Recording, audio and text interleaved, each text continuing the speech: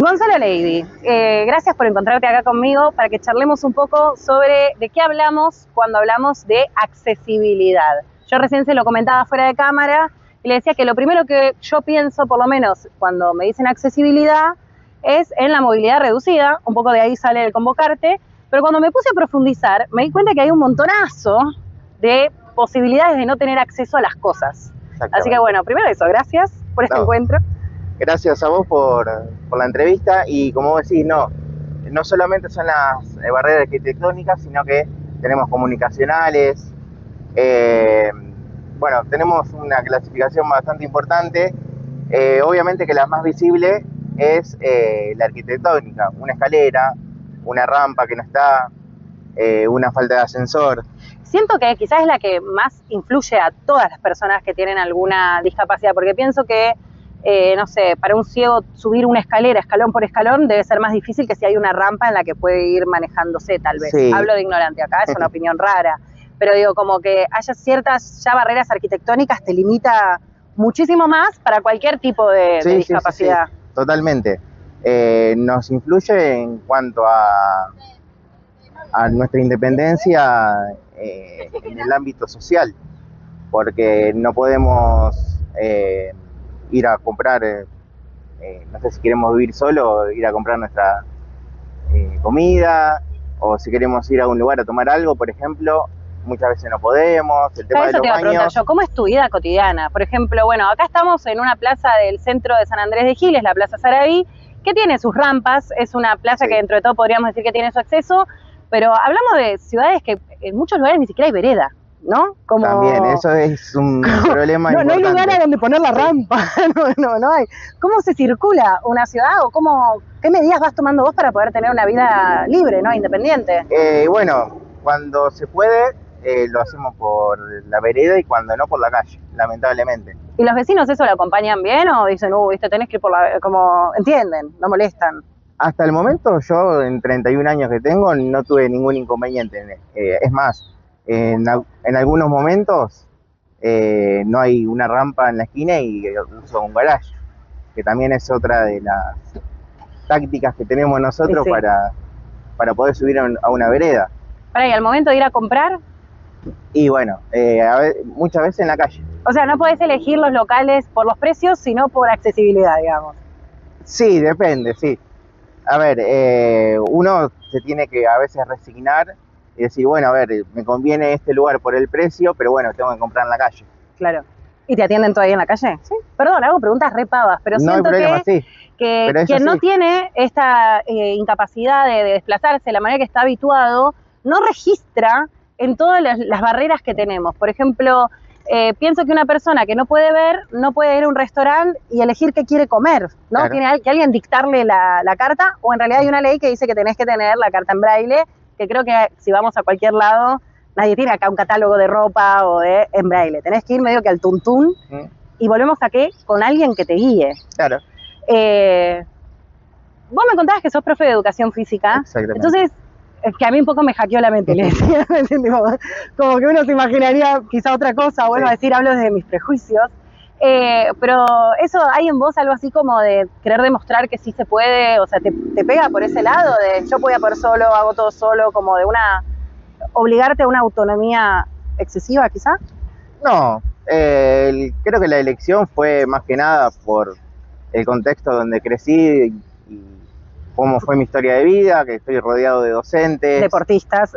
No tanto deportistas, pero yo sí fui deportista, entonces un poco se mezcló todo. También tuve buenos docentes en la secundaria, entonces eso también me motivó un poco. Pero no fue por demostrar una autonomía, sino que fue por... el crecimiento normal de una persona. Sí.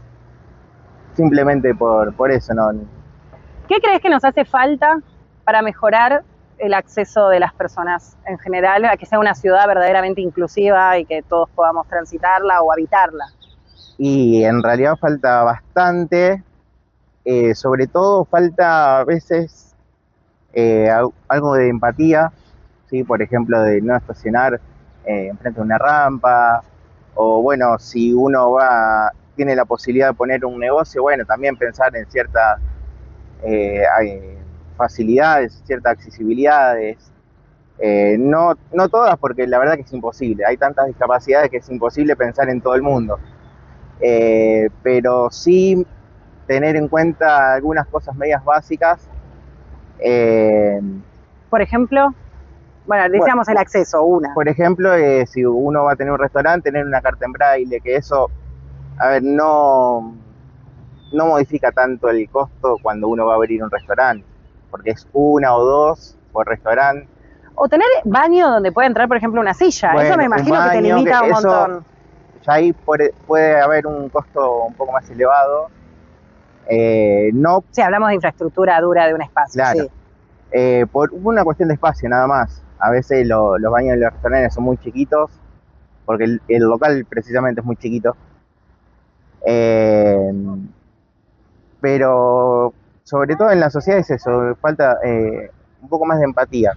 Y bueno, de las autoridades, bueno, que se pongan las pilas en cuanto a políticas que tengan que ver con la discapacidad, no solamente de la accesibilidad, sino tanto en educación, en salud y demás.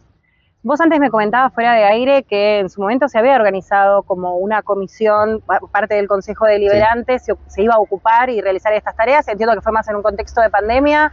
¿Se logró armar algo con eso? ¿En qué quedó? Sí, es el Consejo Municipal de Accesibilidad y Discapacidad, que se creó por una ordenanza, como te decía, que estaba formada por un concejal de cada bloque. En ese momento había 2 partidos, por lo tanto eran 2 concejales. Personal de salud, personas con discapacidad, y ya ahora no me acuerdo qué otras personas lo conformaban. Y el objetivo era crear políticas, o sea, ayudar al municipio a crear políticas relacionadas a la discapacidad. Lo creamos, estuvimos trabajando.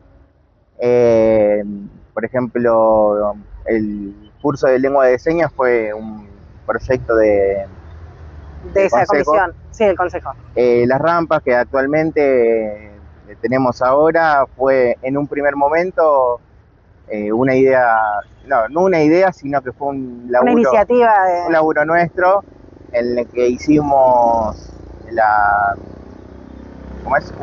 un mapa de todas las rampas que había, las que no estaban, en qué estado estaban, se las presentamos al municipio y después el municipio fue haciendo en función de lo que iba pudiendo, ¿no?